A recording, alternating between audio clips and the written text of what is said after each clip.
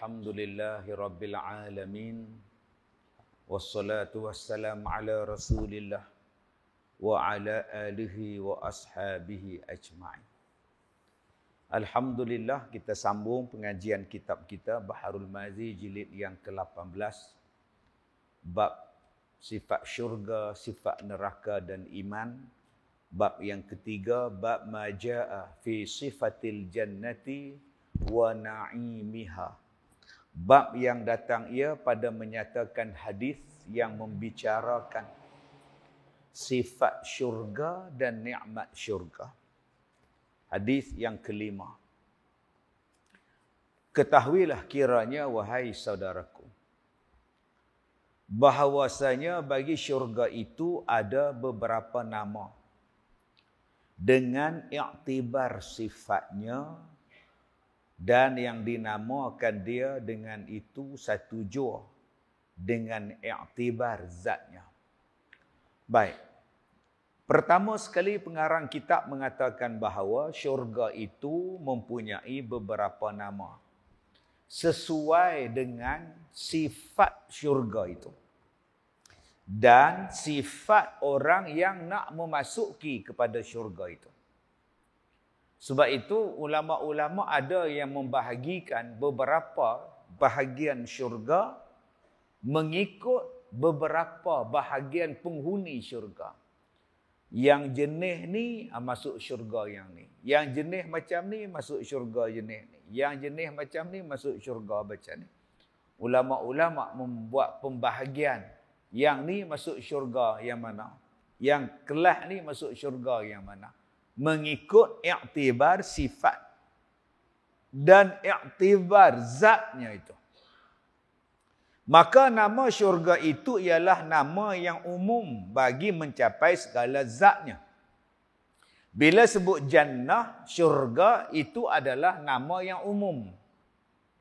Menggambarkan kenikmatan, menggambarkan segala kenikmatan, segala sesuatu, kesukaan dan yang memuaskan hati. Maka nama dia ialah jannah. Tetapi daripada nama jannah tu pula, zat jannah tu pula terbahagi kepada beberapa nama lagi. Ataupun beberapa nama bahagian lagi. Satu nama dia jannah, syurga. Daripada jannah itu dia bagi pula nama-nama yang lain mengikut yang saya katakan tadi, sifatnya. Ada berapa tu syurga ni Ustaz? Dan telah berkata Al-Qurtubi, syurga itu 7. 7 tingkatan syurga. 7 jenis syurga. Dan yang lebih tinggi darjatnya ialah Jannatu Adnin. Dan ia adalah tempat tinggal sekalian Rasul, sekalian syuhada, sekalian siddiqin. Yang paling tinggi sekali ialah syurga Jannatu Adnin. Siapa yang duduk di sini? Sekalian Nabi, sekalian Rasul, sekalian syuhada, sekalian siddiqin.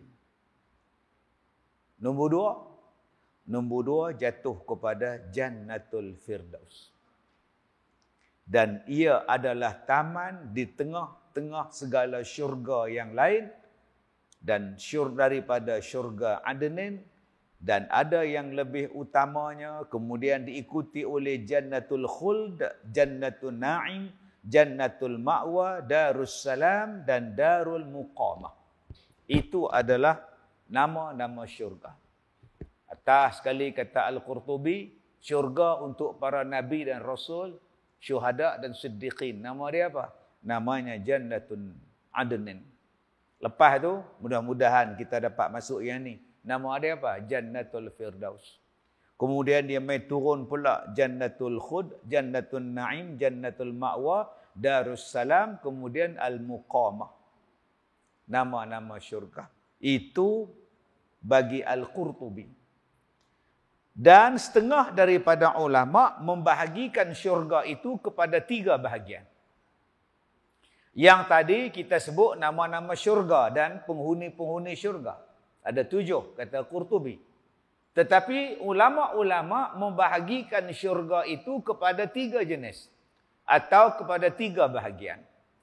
Bahagian yang pertama, syurga yang Allah tentukan yang dimasuki oleh budak-budak yang mati, yang tidak baligh, belum baligh, budak-budak, dan yang mati daripada kalangan ahlul fitrah. Maka mereka ini adalah syurga bahagian yang pertama. Budak-budak yang mati kecil, manusia yang mati kecil, yang tiada taklif, yang tidak akil, tidak baligh, yang ahlul fitrah, yang duduk di antara zaman, yang tidak diutuskan kepada mereka itu, Rasul dan Nabi misalnya belum sampai kepada mereka, ajaran Rasul dan Nabi kita panggil sebagai ahlul fitrah.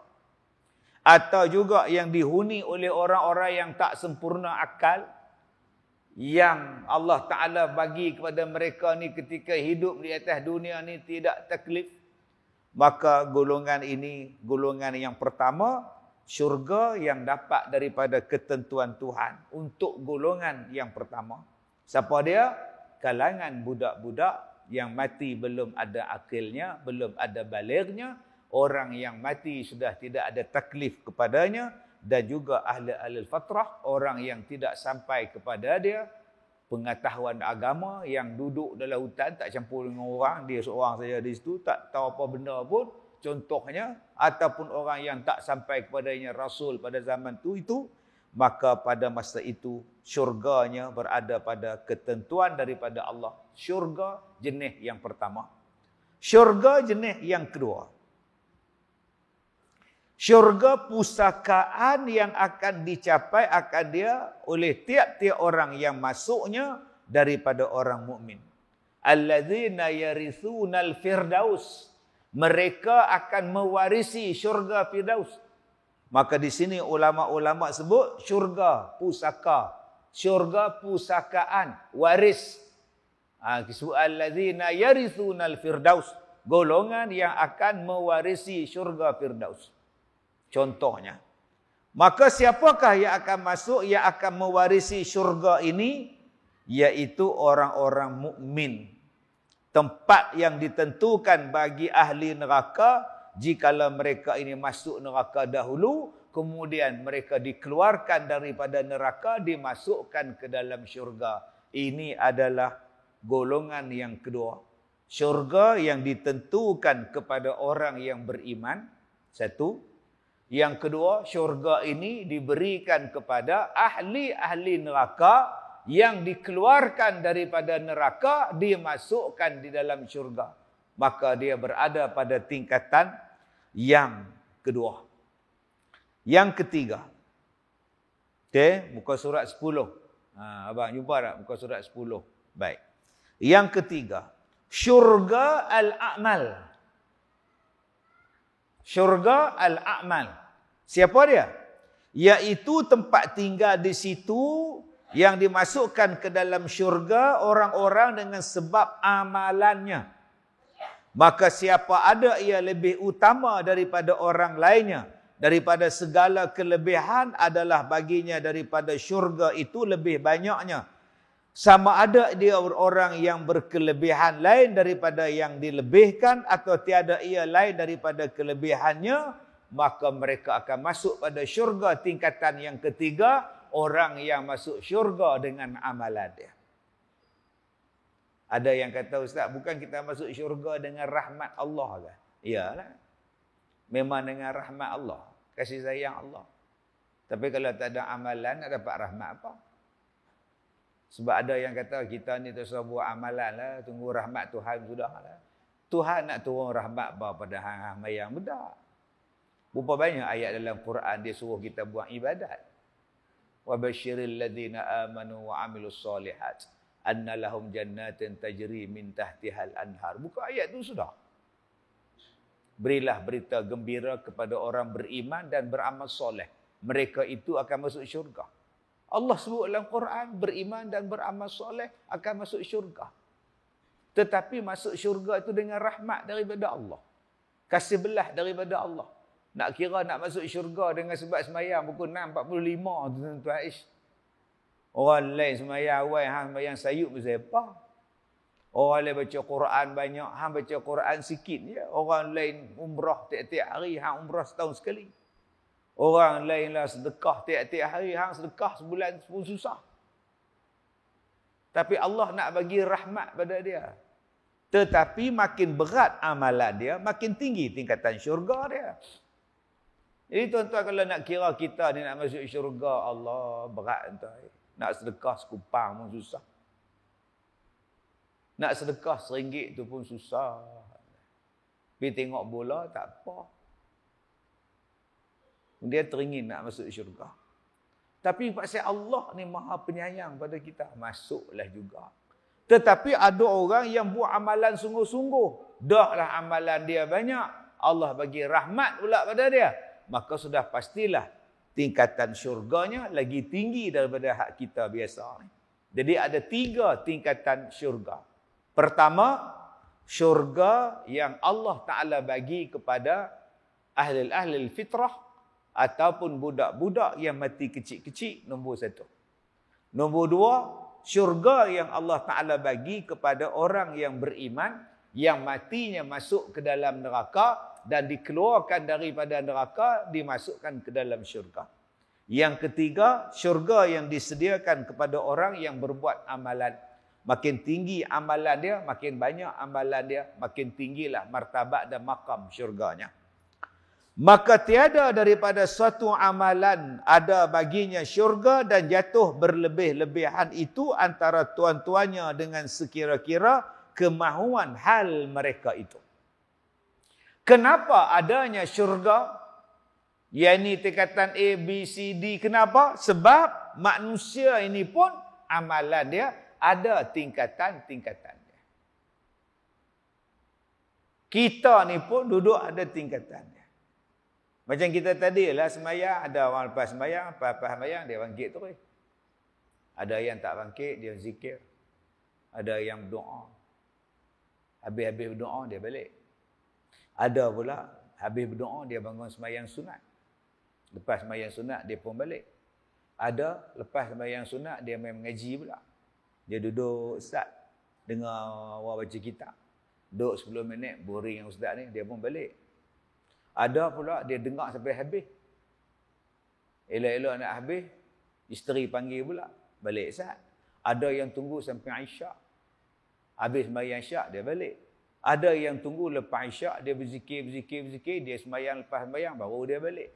Adakah sama orang yang hak mula-mula balik dengan hak last balik? Tak sama. Ada yang baca Quran nak cepat habis. Ada yang baca Quran dia faham makna. Ada yang baca Quran dia dengan tertil. Ada yang faham Quran, ada yang baca Quran dan ada yang mengamalkan Quran. Tak sama dengan sekadar yang baca. Lagi tak sama dengan hak tengok saja. Lagi tak sama dengan hak langsung tak baca.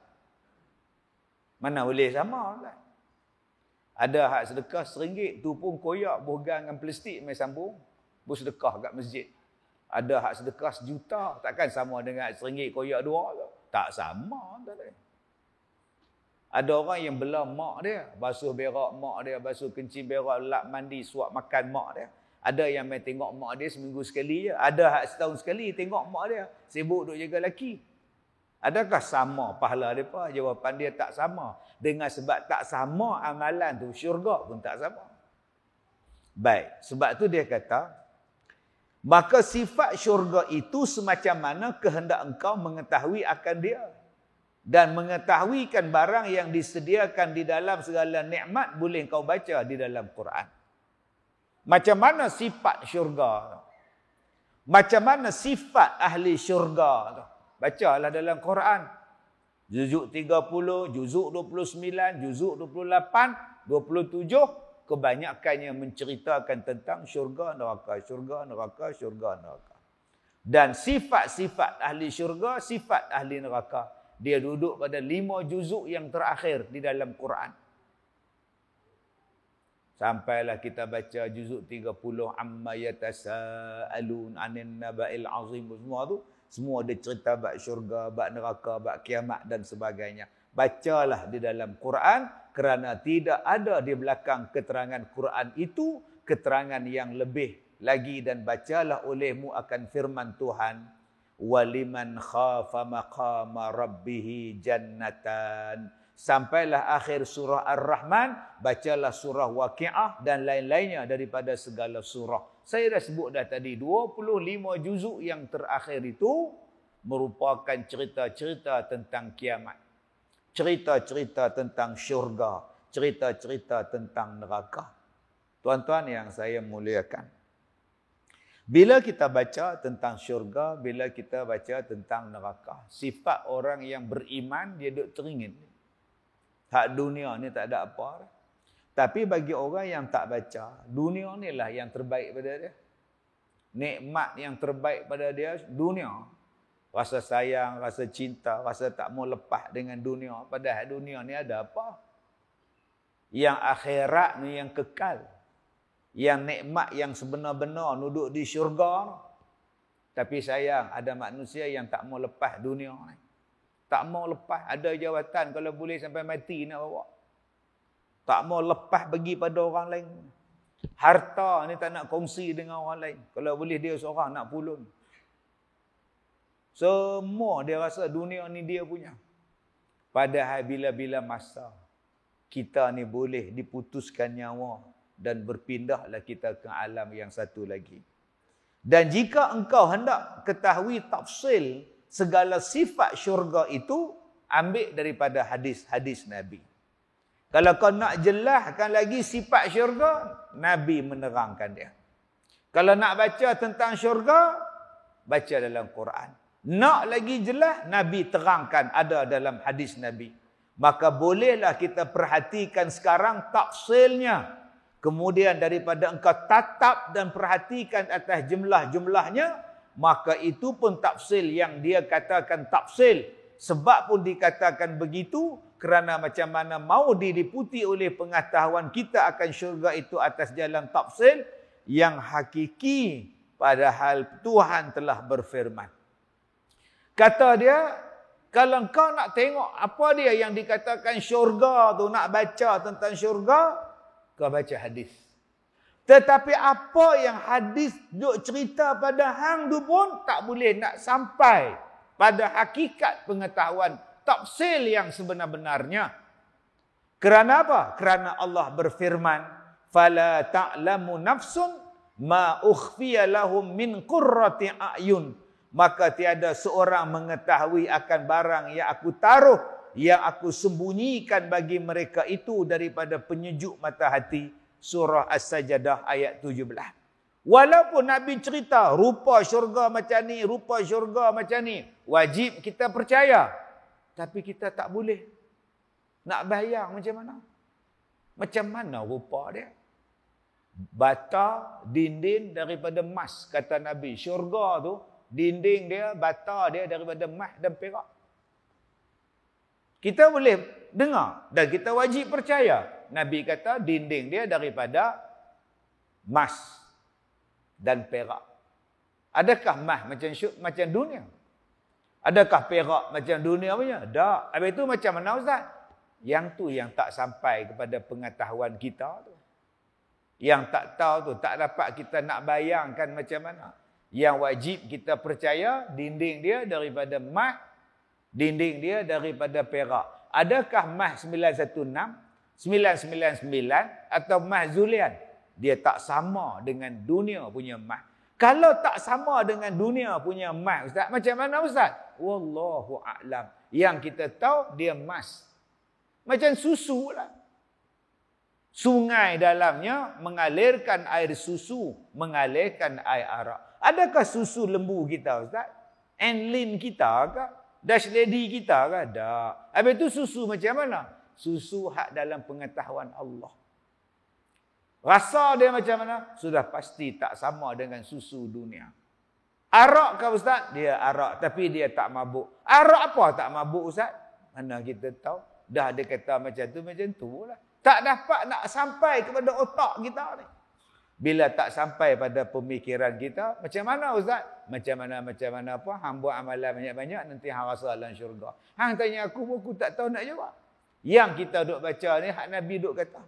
Sebab pengetahuan tentang benda itu di sisi Allah. Allah kata, ma ukhfiya lahum min qurrati a'yun. Aku simpan pada kamu. Aku simpan benda ni daripada pengetahuan kamu. Ma ukhfiya. Aku simpan daripada pengetahuan kamu. Aku saja yang tahu. Nanti bila kamu masuk dalam syurga, baru kamu nampak macam mana yang aku sebut ni. Kemudian di dalam itu tersebut pula satu hadis. A'dadtu li'ibadis salihin ma la 'ainun ra'at wala udhunun sami'at wala khatara ala qalbi bashar. Telah aku sediakan bagi hamba-Ku yang soleh sesuatu yang tidak pernah dilihat oleh mata, tidak pernah didengar oleh telinga, dan tidak pernah terlintas di dalam hati manusia. Dalam syurga tu kata Allah, apa dia nikmatnya? Satu, ma la ainun ra'at. Sesuatu yang mata tak pernah tengok dalam dunia. Nikmat dalam syurga. Apa Ustaz? Tak tahu. Dalam syurga ada janggut tak Ustaz? Oh, dia ni. Sebab saya dengar satu ceramah ustaz baru ni, dia kata, siapa yang cukur janggut dosa. Loh, dosa. Siapa tak simpan janggut tu bid'ah. Oh, masuk neraka kalau tak simpan janggut. Semua bid'ah belaka. Okey. Dalam syurga ada janggut. Tuan-tuan. Tak boleh nak dibayang. Macam mana rupa laki-laki, rupa perempuan sebaya 33 tahun sebaya. Tak boleh nak bayang. Segaknya sampai kata nampak segala tulang apa semua ni, nampak urat-urat ni. Kita ni kalau nampak urat, nampak segala daging sarap dalam dunia ni, kalau kita nampak kita lari, takut. Ni orang jenis apa ni, nampak segala benda ni. Alien ke apa hang ni. Tapi hak dalam syurga tu nampak tu jadi lawa pula. Nampak tu jadi cantik. Yang ni yang tak pernah ditengok dengan mata. Yang kedua dia kata wala uzunun sami'at. Aku tak pernah dengar lagi nikmat macam ni. Waktu aku hidup ni aku tak pernah dengar adanya nikmat. Sekarang aku nampak nikmat tu. Kata Nabi lagi wala khatara ala qalbin bashar. Kata Allah dalam hadis qudsi, dan tak pernah terlintas dalam hati manusia adanya nikmat macam ni. Allah sediakan dia di dalam syurga. Maka yang disebutkan sifat-sifat syurga pada setengah ayat Quran dan hadis itu semata-mata memberitahu dan memberi peringatan juga. Yang Allah sebut dalam Quran, yang Nabi sebut dalam hadis, cuma Nabi nak bagi tahu macam mana nikmat itu. Apa yang ada. Macam mana nikmat itu. Tapi rupa sebenarnya hanya Allah sahajalah yang mengetahui. Yang Allah cerita dalam Quran, Allah nak abang bahawa benda tu ada. Yang Nabi mensifatkan dia tu supaya kita ni tahu adanya benda itu. Tetapi pengetahuan dengannya hanyalah di sisi Allah Subhanahu wa taala. Dengarkanlah satu daripada hadis yang menerangkan sifat-sifat syurga yang telah dikeluarkan oleh Abu Isa At-Tirmidzi. Ada satu hadis yang menceritakan tentang sifat syurga.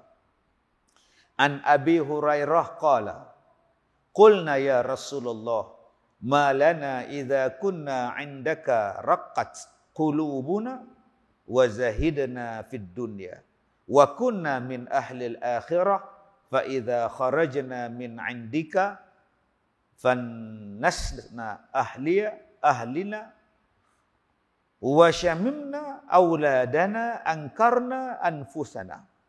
Diriwayatkan daripada sahabat Nabi sallallahu alaihi wasallam namanya Abi Hurairah radhiyallahu an.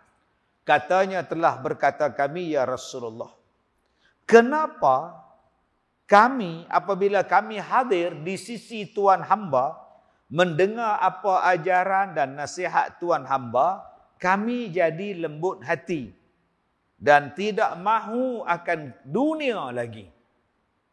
Dan biar kami jadi orang-orang akhirat yang hanya berbuat amal ibadat dengan bersungguh hati, menjunjung sebagaimana ajaran dan nasihat Tuan hamba.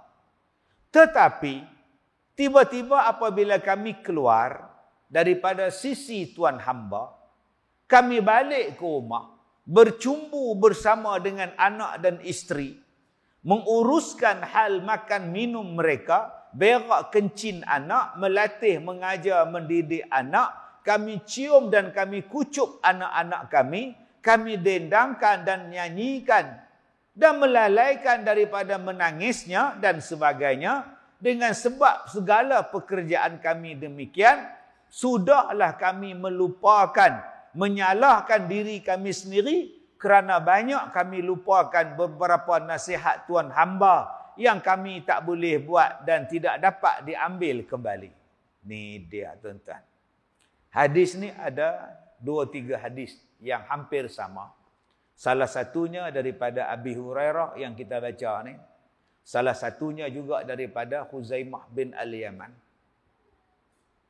Waktu mereka dengar kuliah Nabi, duduk berimpun dengar kuliah Nabi ni, mereka merasakan bahawa seronoknya, nikmatnya, lazatnya duduk dengan Rasulullah, mendengar cerita tentang hukum agama, rasa semangat dengan agama, kalau boleh nak pergi akhirat sekarang juga.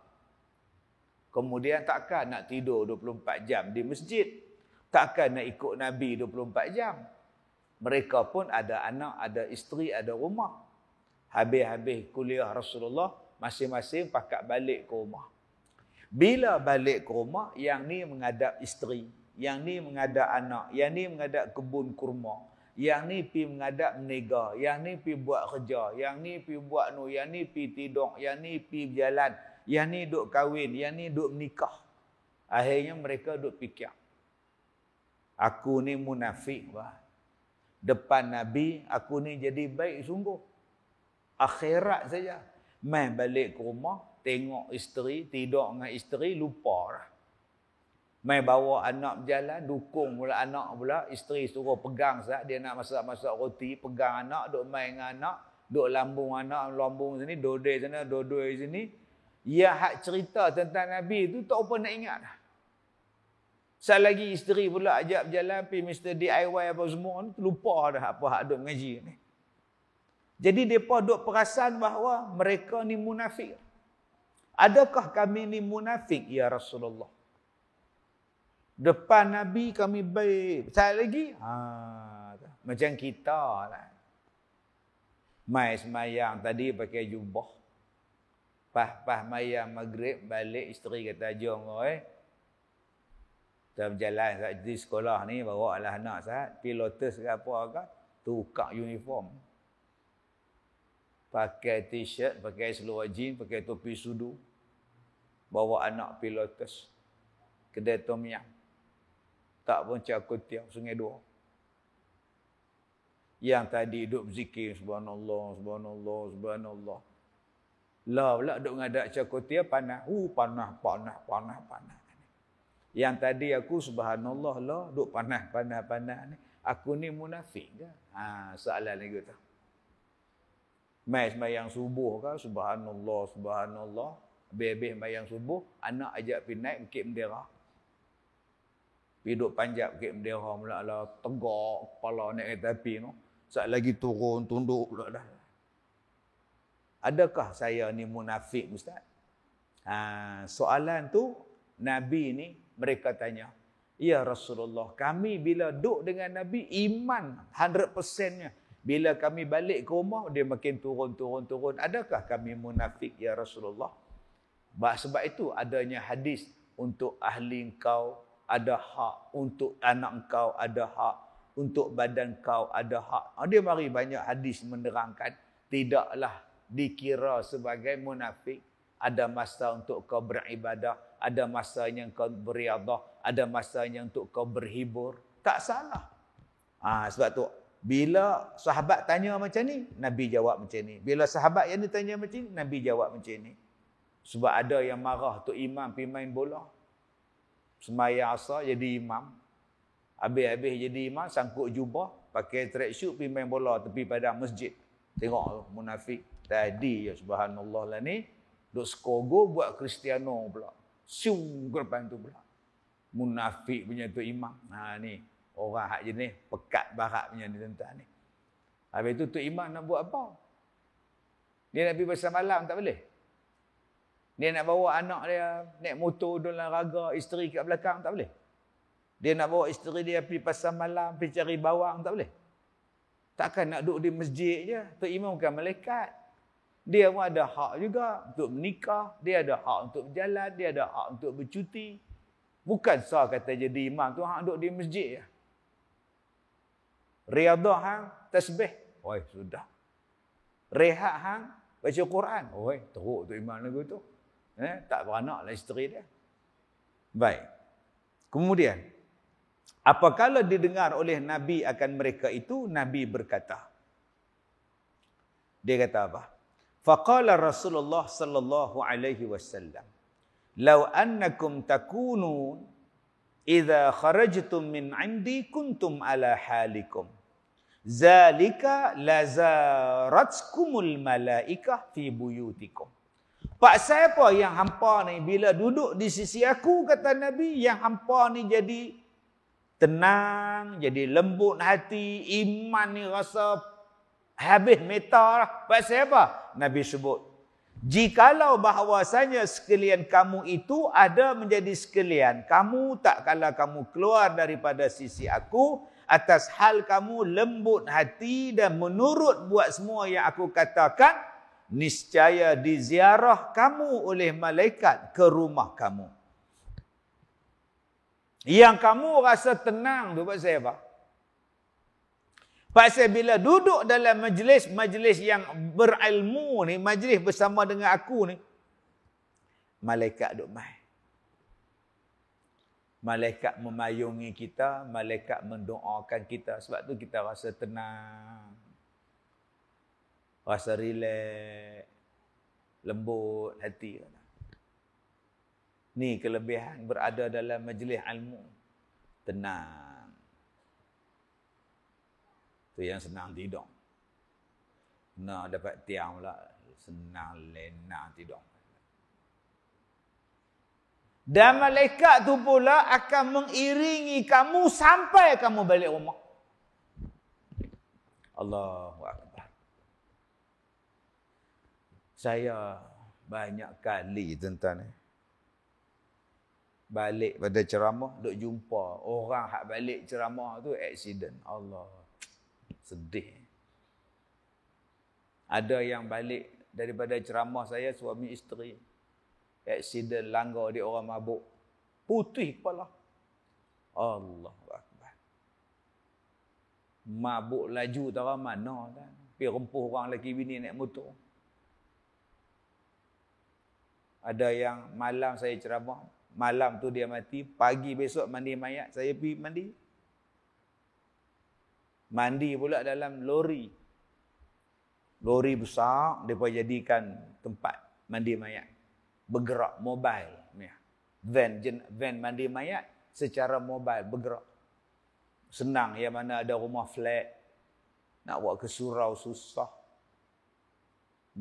Masjid mereka tak ada tempat mandi mayat. Surau tak ada tepi mandi mayat. Mandi dalam lori. Saya naik atas lori.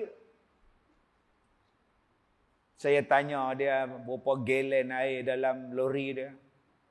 Berapa orang boleh muat. Siap dengan kapan dalam lori tu. Masya Allah. Senang tuan-tuan. Kalau ada hak mati di lapangan, nak bawa balik ke masjid susah, nak bawa balik apa semua susah. Mandi di kubur. Mandi di kubur, kapan-kapan semayang, tanam terus. Tak payah nak usung pergi ke hulu ke hilir dah. Allahu Akbar. Semalam satu lagi. Saya ceramah semalam satu tempat, balik-balik tu, accident dah. Motor.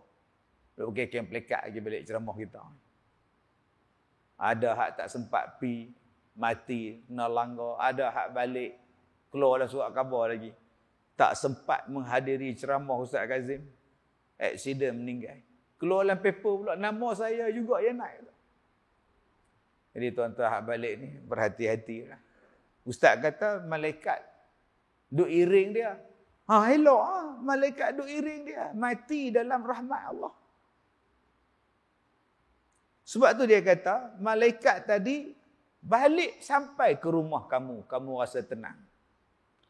Walau la tuznibu laja Allah bi khalqin jadidin kay yuznibu fayaghfiru lahum. Dan jikalau tiada berbuat dosa sekalian kamu, pasti Tuhan mendatangkan dengan makhluk yang baru supaya berdosa mereka itu dan minta ampun akan dosanya, maka diampun Tuhan bagi dosa mereka itu. Dia kata, Ustaz, kalaulah kita ni dah duduk dalam majlis ilmu, Allah ampunkan dosa kita. Malaikat pun doa pada Allah, minta supaya Allah ampunkan dosa kita. Kita ni dah tak ada dosa. Ya.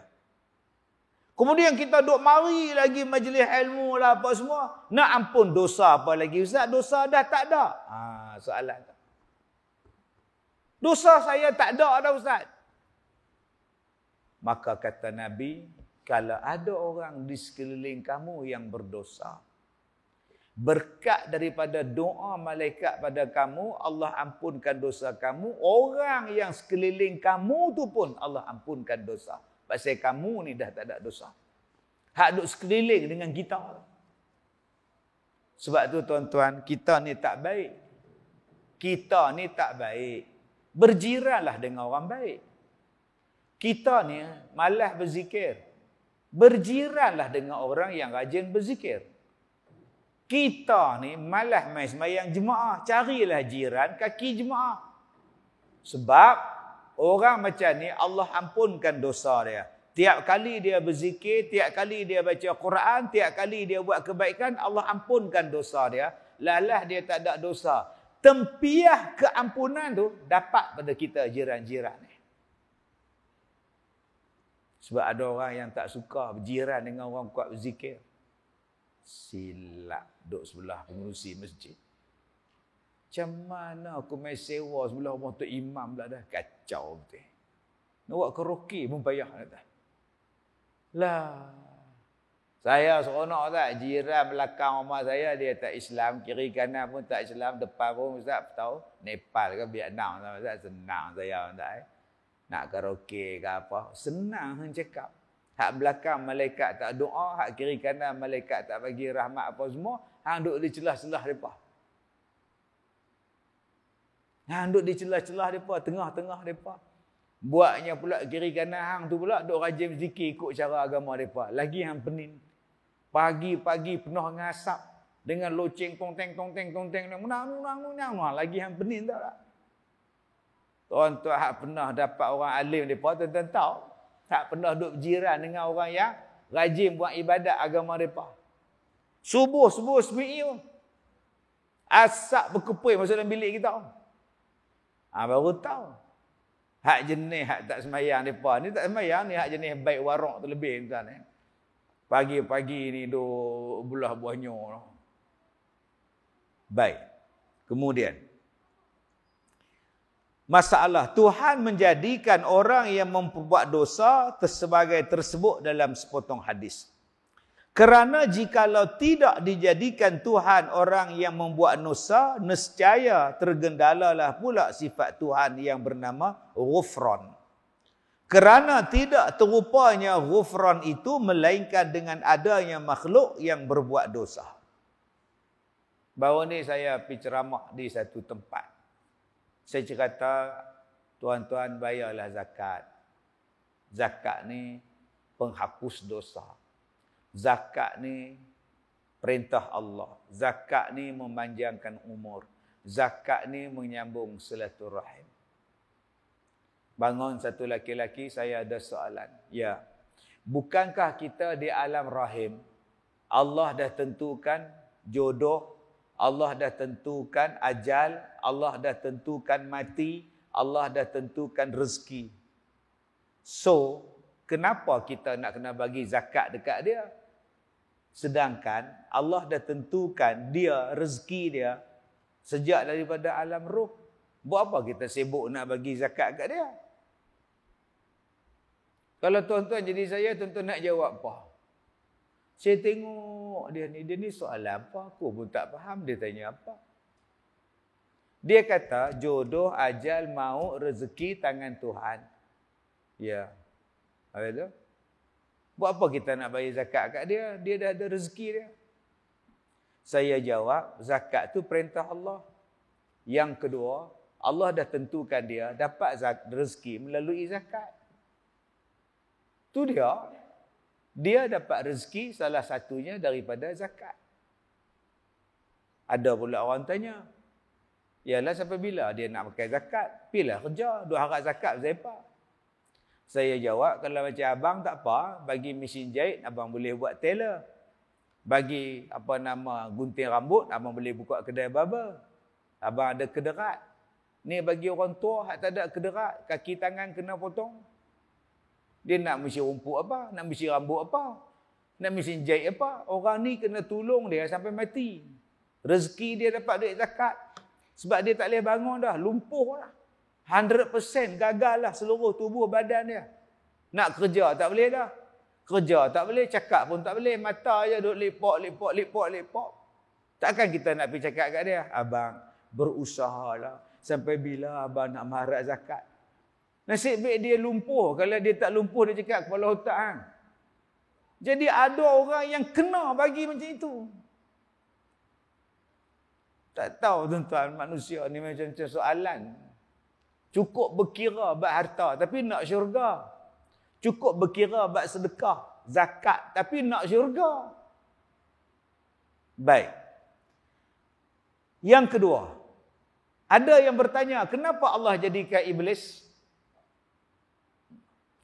Soalan. Kalau tak ada iblis, kan semua manusia baik. Bila ada iblis, dia goda kita jadi jahat. Dan bila kita jadi jahat, kita masuk neraka. Kalaulah Allah tak buat iblis, kan bagus?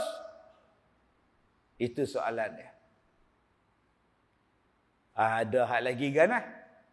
Saya tak pernah minta dijadikan. Saya tak pernah minta dilahirkan. Tiba-tiba saya dijadikan tanpa keizinan saya. Kemudian bila saya hidup, bila ditimbang di hari kiamat, saya masuk neraka. Kalaulah saya tak dijadikan, saya tak masuk pun neraka. Kenapa Allah jadikan saya? Hak ni lagi bodoh. Inilah dia tuan-tuan, sebab tak belajar sifat 20. Dan hari ini orang Islam sendiri tak suka sifat 20. Ni kesan tak mengaji tauhid. Tak mengaji sifat 20, sifat nama Allah ke apa, tak belajar tu dia. Bila dia tak belajar sifat 20, dia belajar tentang free thinking. Dia belajar tentang liberal. Dia belajar tentang manusia, kemanusiaan. Dia mula. Lah dia salahkan Tuhan. Kenapa Tuhan bagi dekat aku lelaki yang jahat? Isap dadah, minum arak. Kenapa Allah bagi jodoh aku dengan dia sejak aku di alam roh, aku dapat jodoh dia? Kenapa Allah tak bagi pada aku jodoh yang baik? Dia salah Tuhan. Ni salah Tuhan. Kalau kita belajar tentang qada dan qadar dalam tauhid, kita dapat jawapan apa yang Pak Cik tadi soal tentang dosa, tentang iblis, tentang kenapa dia dilahirkan, kenapa dia dapat suami jahat. Dan di sini dia tanya, kenapa Allah biarkan orang berbuat dosa? Kalaulah dosa tu tak ada, arak tak ada, apa pun tak ada, semua baik Ustaz. Ada satu sifat Tuhan. Dia jawab di sini, ada satu sifat Tuhan. Nama dia Ghufran. Ghafurur Rahim. Allah tu Maha Pengampun. Kalaulah tak ada dosa, Allah nak ampun apa? Sifat pada Allah tu ialah Maha Pengampun. Kalau dosa tak ada, Allah nak ampun apa? Sebab tu dosa mesti ada. Allah dengan maha sifat pengampun dan pemurah dia, maka Allah ampunkan kita. Sebab tu berkali-kali sebut, dosa itu ada. Yang Allah nak tengok siapa yang nak minta ampun. Dah. Saya berdosa, tuan-tuan pun berdosa. Dosa duk ingatlah dosa kita. Yang Allah duk tunggu kita, siapa yang nak minta ampun? Aku berikan keampunan. Selesai masalah. Tetapi janganlah permudah-mudahkan dosa. Itu saja. 1. 2. Kita semua ni bukan baik. Kita semua ni bukan baik. Saya pun tak baik. Tapi Allah simpan jahat kita. Allah tutup jahat kita. Tak bagi orang tahu. Kalaulah orang tahu, mampu kita. Kita ni bukan baik pun. Tapi pasal Tuhan simpan. Tuhan simpan jahat kita. Ada orang yang selalu tampar isteri dia. Tapi di pejabat baik. Ada orang yang selalu smackdown suami dia. Adik-beradik John Cena, isteri dia. Sebelum dia smackdown, dia buat kat lelaki dia macam tu. Tapi main masjid terlekung. Tasbih ni panjang jela. Ada orang jelin mak dia. Jegi mata kat mak dia, jelin pula. Amboi. Tapi depan orang ramai, sopannya. Ada orang, tuan-tuan, depan anak-anak cengeng, jentik telinga, ketuk kepala, cubit, sepak, cucuh api rokok pun ada. Tapi pi kenuri, sopan. Pasal apa? Pasal Allah tutup hak jahat kita. Allah tunggu bila hang nak taubat. 1. 3. Maka bila Allah dah tutup aib kita, apa yang perlu kita buat? Taubat. Yang keempat, bila dah taubat, janganlah buka aib kita. Ni buat ceramah pula. Kisah saya yang silam. Tak payah. Saya dulu. Yang dulu-dulu tu sudah. Allah dah ampunkan hang. Sudah. Tuan-tuan yang saya muliakan, ada manusia jahat. Dan Allah izinkan dia buat jahat. Maksud Allah izin tu bukan Allah kata pilih buat. Bukan. Izin tu maknanya, dia buat. Jadi pula tu. Kenapa Allah tak bagi dia, Ustaz? Jangan jadi, Ustaz. Kenapa jadi juga? Ada benda lain Allah nak bagi. Sabar, Ustaz lo. Apa dia buat? Dia robohkan masjid. Dia jadi kepala merobohkan masjid.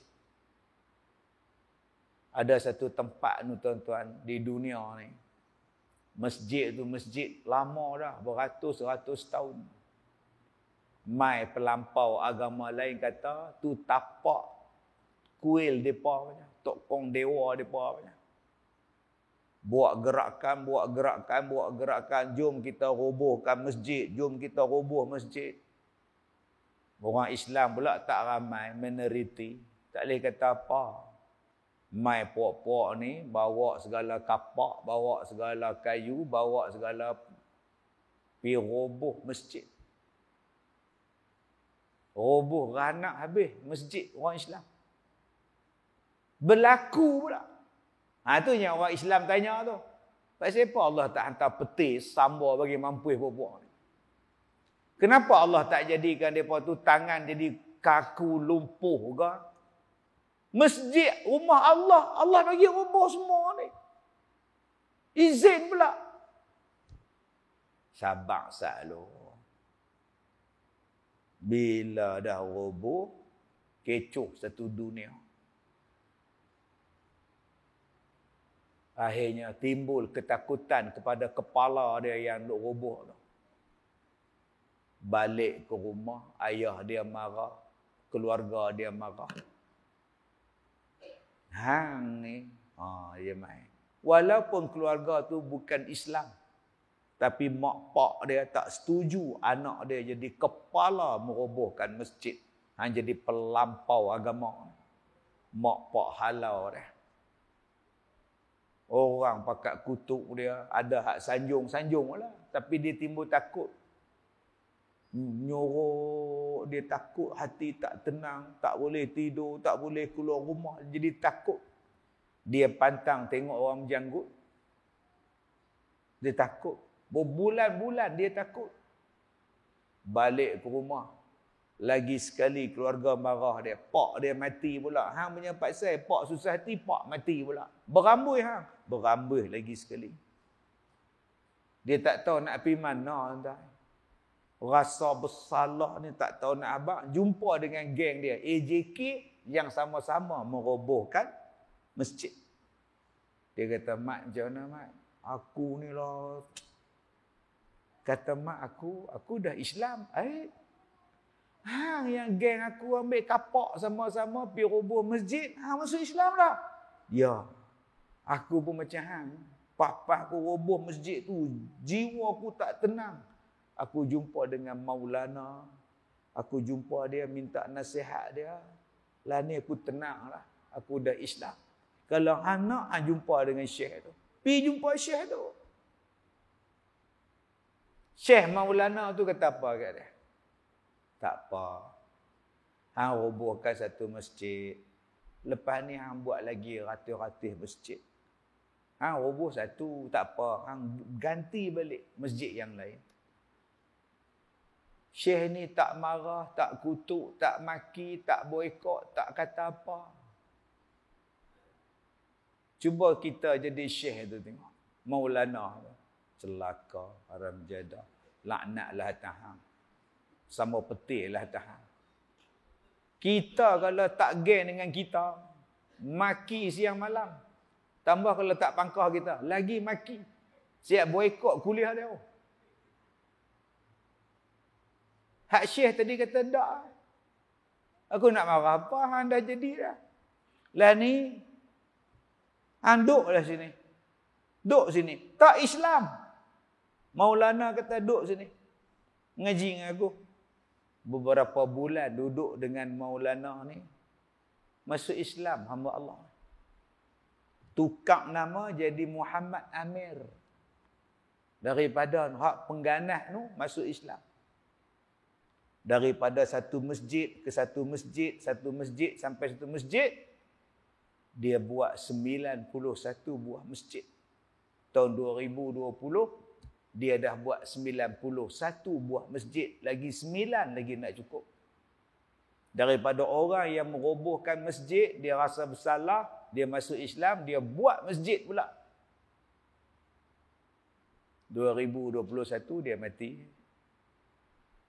Hampir 100 masjid yang dia nak buat, Allah bagi izin buat. Nampak? Hikmah dia tu. Sebab tu kita jangan duk kata salah pada Tuhan. Apalah Tuhan ni. Tu masjid, rumah Allah. Ada orang pergi katok bagi pecah pula. Kenapalah Allah tak bagi gempa tengah-tengah dia duk pecah tu bagi mampui ke? Pasal apa? Ada benda lain Allah nak simpan. Rupa-rupanya yang satu masjid hilang, mai ganti balik 100 masjid hak lain. Dia tarik pula berapa ramai orang hak sama-sama merobohkan masjid tu masuk Islam, dan dia pun buka ma'had, buka madrasah untuk tarik orang masuk Islam. Balik tuan-tuan buka sejarah masjid ni. Dia pun buat dokumentari khas. Cerita orang yang roboh masjid, bagaimana berubah jadi masuk Islam, dan dia ganti masjid yang dia roboh dulu dengan puluhan masjid yang baru. Itulah nama dia Alim. Allah tu Maha mengetahui. Allah tu Hakim, Maha bijaksana. Dia bagi tang sini, nampak pada kita, rumah Allah pun boleh hancur ni. Allah ni macam mana?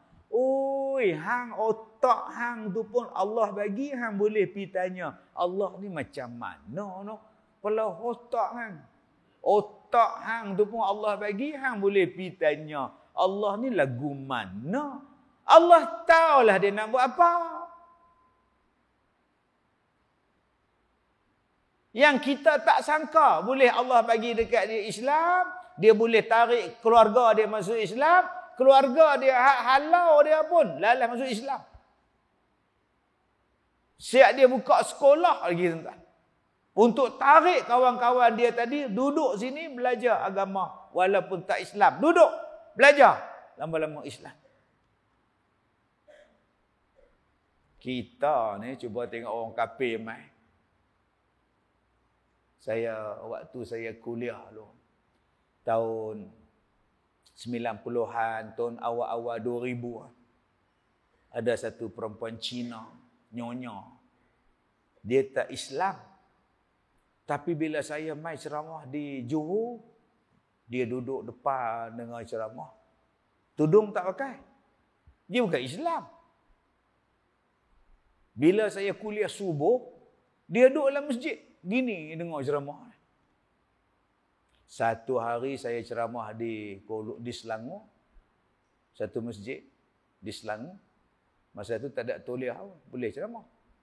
Dan masa lah pun tak ada toliah agak. Tapi tak boleh ceramah lah. Masa itu boleh ceramah lagi. Dia mai kuliah maghrib saya. Makcik-makcik yang pakai telekong tu. Apa ni mai semayang, tak ada telekong apa, orang lain semayang, duduk makcik dia belebel kat Cina nyonya tu.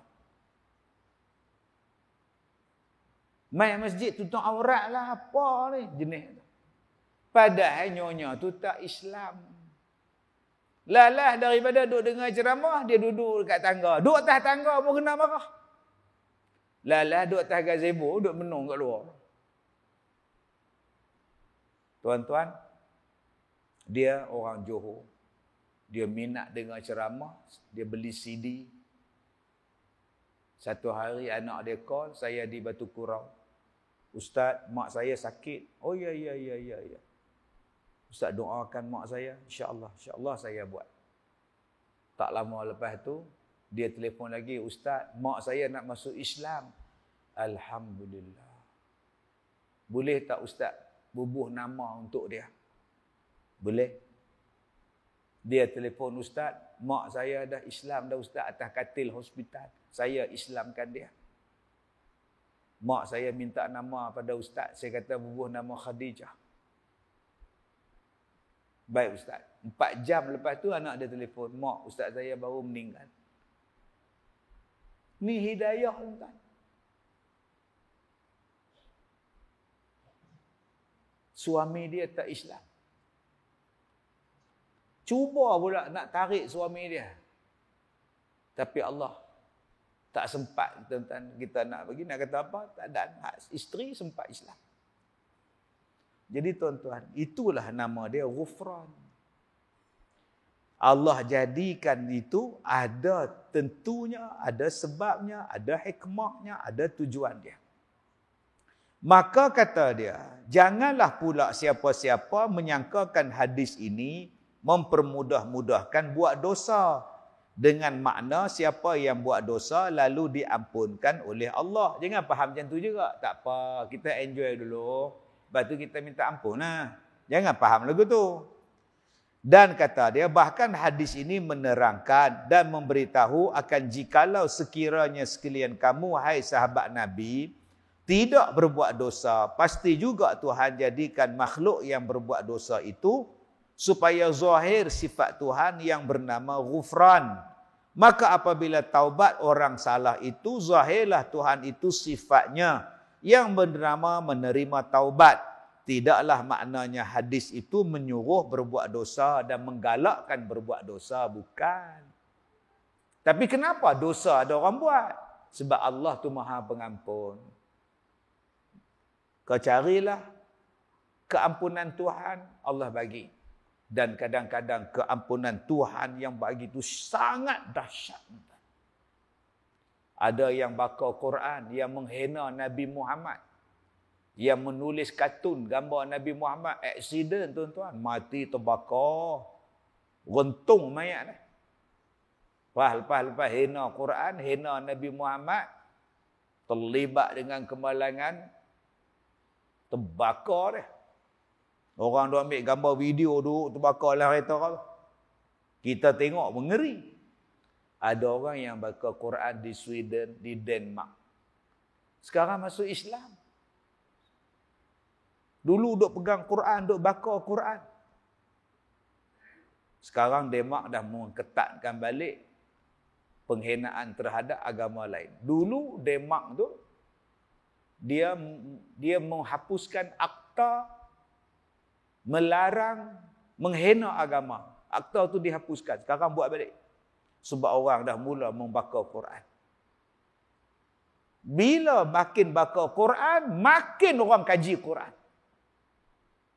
Orang yang tak pernah dengar tentang Quran, Mak Saleh yang tak pernah dengar Quran ni, mereka ni baca apa? Dia secara tak langsung dia promosi. Baca Quran, baca. Mak Saleh ni bukan macam kita, tuan-tuan. Mereka tu nampak pandai. Pasal cakap orang putih. Padahal ada je 5 pun tak lepas. Mereka bukan mengaji macam kita. Kita di sekolah rendah tu, pelajaran dah je 3, tingkatan 3 punya tu. Pelajaran tu. Budak dah je 6 sekolah kita tu. Kebat semuanya ada tu. Soalan dah je 1, tapi soalan belajar dah je 1, soalan dah je 4 je 3 macam. Kita pun pening. Zul beli nasi lemak RM1. Baki yang dia dapat 20 sen.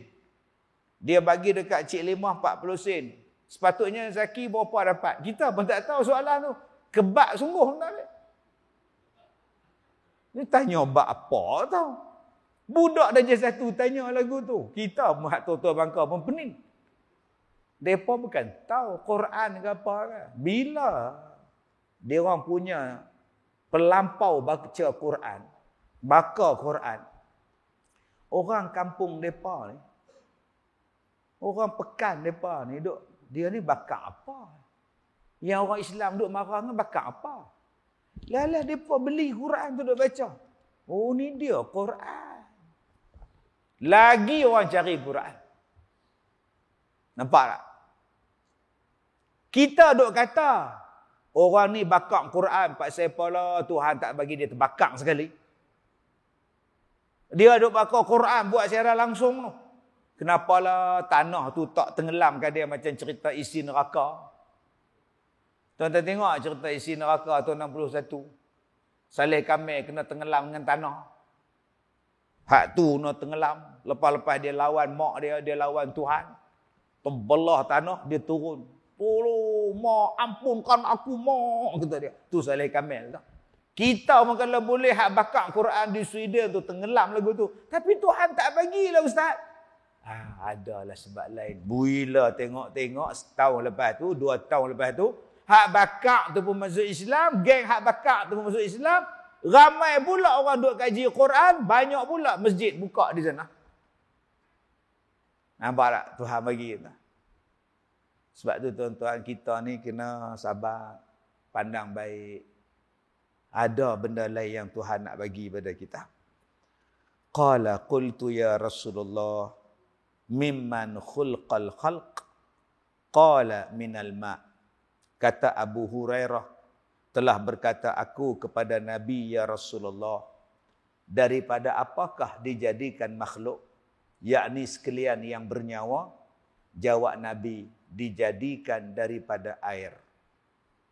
Lepas Abu Hurairah tanya bab di masjid rasa lain, di rumah rasa lain, Nabi jawab. Abu Hurairah tanya pula, makhluk yang bernyawa ni ya Rasulullah dijadikan daripada apa? Maka Nabi jawab, minal ma', dijadikan daripada air. Pun ulama-ulama bincang.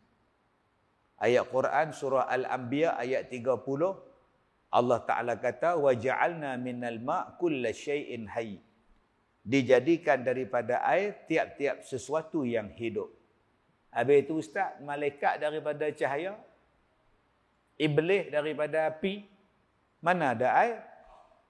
Macam apa pula? Yang Allah kata daripada air, Allah juga bagi tahu daripada cahaya, daripada api. Macam mana Ustaz? Tak bercanggah ke Ustaz dua benda ni? Yang ni insya-Allah kita baca bulan depan insya-Allah. Wallahu a'lam. Tersambung lagi insya-Allah, wabillahi taufik wal hidayah. Assalamualaikum warahmatullahi wabarakatuh.